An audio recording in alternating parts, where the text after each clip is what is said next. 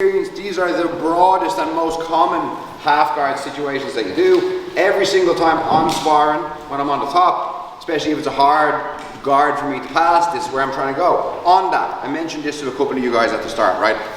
I've never rolled with this person before. I'm training with them for the first time. I'll have a look and see if I can just step around your leg. You probably won't be able to if they've been training for a while. Give it a try. And then, okay, maybe I'm going to get into the half guard there.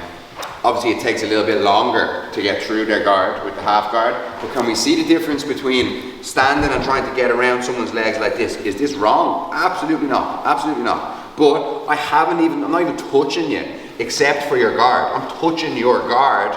I'm trying to get around your guard, which I could, and I'm not even touching you yet. I have to get all the way past your guard before I can even start holding on to you. Can we see in the half guard how I'm not even past your guard yet? I'm not even past your knees yet, and I'm trying to get grips of your upper body here. Much more important. Think about how much more of his body I'm touching. I'm on his legs and I'm on his upper body. This is harder to deal with on the bottom, even as someone who likes the half guard. We can like the half guard pass, and then we can know what to do here, and we can kill this all of the time. My favorite thing when I'm on the top is to train with someone on the bottom who half guard is their position, because then I know we're going to be here for the roll, and I come up against some really nice reactions here. Kind of, hey, I love it as well, but it's kind of a bit boring when you can just smush the person from here first time. Situations that we've done so far: knee shield, and maybe from the knee shield you put your knee behind, or maybe from the knee shield I put my knee behind. This should be followed up by an underhook. If you're a half guard bottom person, anytime someone beats your knee or you put your knee behind them, put underhook in that gap too, okay? Defensively, offensively, all of these things. Just pretty much has to go next. If you don't put this underhook here, I control your hip. Job done. You do put the underhook. It's not going to take my back or anything, but like, I'm just not really controlling your hip in the same way. This is going to be all about the position of your head, and this is going to teach us, and I do this, I don't care if he's going to put the underhook or not, I still do this just in case he does. I'm going to push his knee to the side, and he's going to put the underhook through. Look, and look at the way he's bringing his head to me as well. That's really good. You guys are going to do that on the bottom like autopilot. One more time, underhook through. So good, okay? Here's me, I'm past. I don't know if he's going to do that or not. My head goes to his hip, my chin goes to his hip, and my elbow is like around his arse here. If I put my elbow up around his back, he's going to win with the underhook, and he's going to push me up to this side here. Let's go again. Elbow, chin, everything to the hips. And this hand here, same autopilot as earlier on, okay? If I can grab his face, beautiful, gotcha. If he blocks the face, underneath him here, still, gotcha. I'm going to get you on your back, and I'm going to get you on your back by putting my head to the floor and leaning into you with my chest.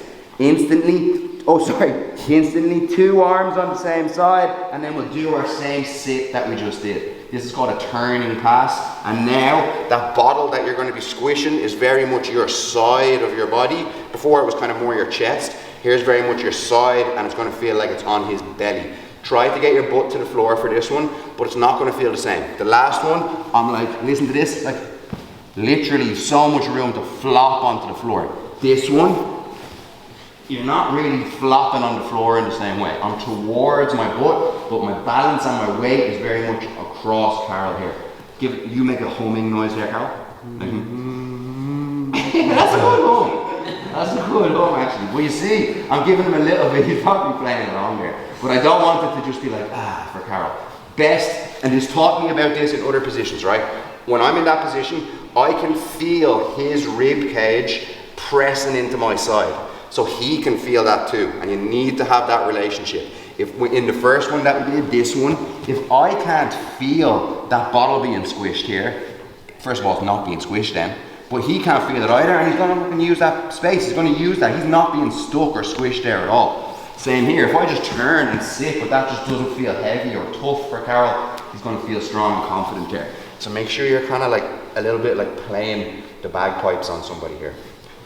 Just this detail is going to help you so much in the half guard too, underhook. Just that detail. Put your head here. I promise you it's going to save so many matches for you. What's the alternative?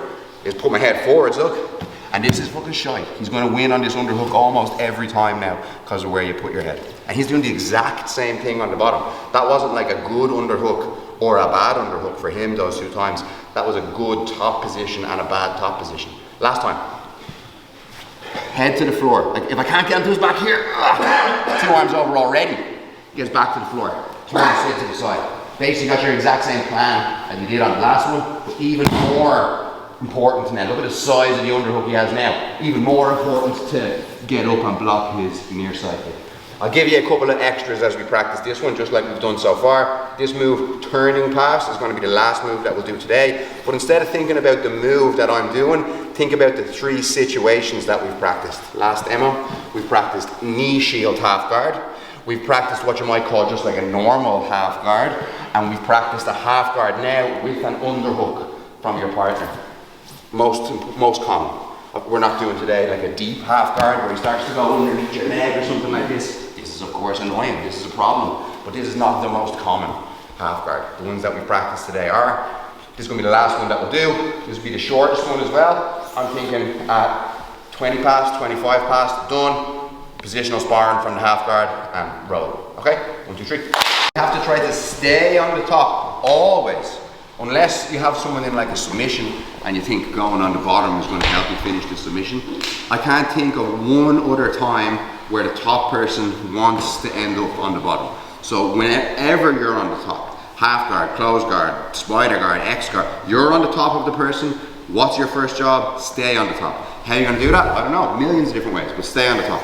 So with all of these types of moves where you're on top of the person but like sitting a bit, you cannot forget that your first job is to stay on top of the person. You also need to get a sense of the person that you're rolling with. Some people, you roll with them and you can feel almost straight away, this fucker is trying to roll me over. No matter where I lean, this person is trying to bridge and throw me over. Maybe it's like a technical sweep, maybe it's just a bit of a, it's not wrong to do that, but I have to try to get a sense of, oh, this is that type of person, extra careful against that type of person. Sometimes I get on top of the person and I can feel the energy just drain from them when I pin them in those positions though. And this is even easier to get your leg out.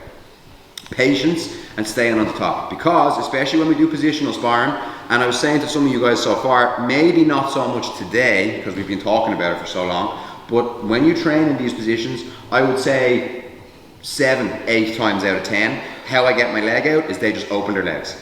And they don't open their legs and just flop them to the floor, but they open their legs to like change their grip, or they open their legs to adjust themselves and hold them again, or they just kind of have them a little bit loose or something like this. My job, if I'm on top of Carol, and this is the turning pass that we're looking at now, but my job is to just look at the legs here and try to solve this puzzle. You're literally staring at his feet. You cannot miss. Can you drop that foot for me a little? Can't miss that. Look, on the face of it, I'm still stuck, am I? But look, open the feet again. If I flick my foot forwards and then pull it back, now I'm not stuck. And here's a little puzzle that I have to try to solve. You must try to have more than one way of getting your leg out. You probably are only going to find, can you completely drop this leg to the floor? You're only going to find just that, rarely, just a simple pull the foot out. It should probably always have to be a like flick around his foot like this. And pay attention to that problem down there, because often this happens for free and we miss it. And where does it happen the most for free is against this bridgy fecker who's really trying to knock us over. We can use the fact that they're trying to knock us over so much to get our leg out of there so easy. So super, super, super pay attention to that. Freebie, that's what that was, okay? Talking about getting out for free. The thing that we're going to practice now though, because that might happen at any stage during the training, but the thing that we're going to practice now is I'm going to, sorry, can't get my knee out, right? Everything's up here, can't get my knee out. I'm going to go for your arm instead. I'm going to do Kimura on your arm, okay? So my arm, that's around your armpit here. My armpit, that's around your arm, stays in the same spot. Instead of going knee, go wrist. And I'm going to try to like get this into a Kimura grip. It's hard to submit the person from here, but so many people on the bottom don't know that, okay? And even just doing this maybe helps you get your knee out, right? Just doing it helps you put an underhook as well. This is a great result. It's super hard to tap the person from here, so I wouldn't really try, but I can control the arm, get it away from him, make him think about something else, which might, help me get my knee out like this. I want you guys to play with this arm a little bit too. If you're familiar with doing some wrist locks, I get a lot of wrist lock submissions from here, but I don't get arm bar actual shoulder lock submission here very often. Last thing that we're going to play with then. I get past, underhook, but he keeps his knees so high. Let's go for his hand instead then. Put your own underhook. Maybe you can turn, grab his head, start to sit on the floor again. Look, and keep your knees high, but I'm up higher now. So I have more space to try to fix your knees. You keep your knees there, but look, turning pass, I'm much closer to your knees. So this can be annoying. And I can't go up to his head here without that underhook because he's gonna keep lifting me up. So I'm using the Kimura here. This is a really important way, cheers. This is a really important way to finish the class because I'm using the Kimura not to actually try to Kimura you, and you can get lost in that when you're the top person. Sometimes grab onto the arm, try to finish the submission and the whole thing goes to crap. It's really hard to find the leverage there. You should know that on the bottom as well, that you're kind of safe. But we use it just to get a bit of panic going, a bit of twitching in their legs, a bit of movement, and we use that to try to put our foot out, okay? Like I said, it's gonna be the last thing that we did today. If you have any questions on anything that we did today, after this, and especially as we do a bit of open mat, we chat about it all. But if you have any questions on what we're practicing now, let's use the next 5-10 minutes to chat about that, okay? 1, 2, 3.